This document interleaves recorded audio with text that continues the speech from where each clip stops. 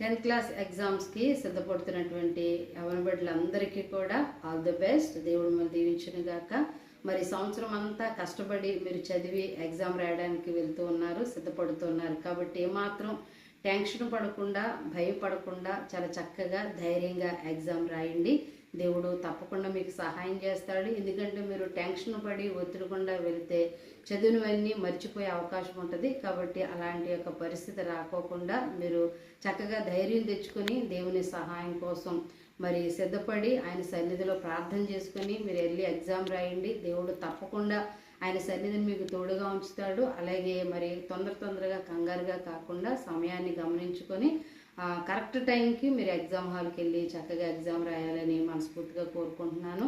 మరొకసారి మీ అందరికీ కూడా యవన బిడ్డలు, యవనస్తురాలకి, యవనస్తులందరికీ కూడా దేవుని దాస్తురాలిగా మరి ఆల్ ద బెస్ట్ తెలియపరుస్తూ ఉన్నాను. మీ కొరకు చిన్న ప్రార్థన చేస్తాను. ప్రేమ నమ్మకం కలిగిన మా యేసుక్రీస్తు ప్రభువా, నీ ఘనమైన ఉన్నతమైన నామానికి వందనాలు, స్తోత్రాలయ్యా. మరి బిడ్డలు సంవత్సరం అంతా మరి కష్టపడి చదివిన క్రమంలో వారు ఎగ్జామ్ రాస్తూ ఉండగా నీ కృపా సన్నిధి వారికి తోడుగా ఉంచండి.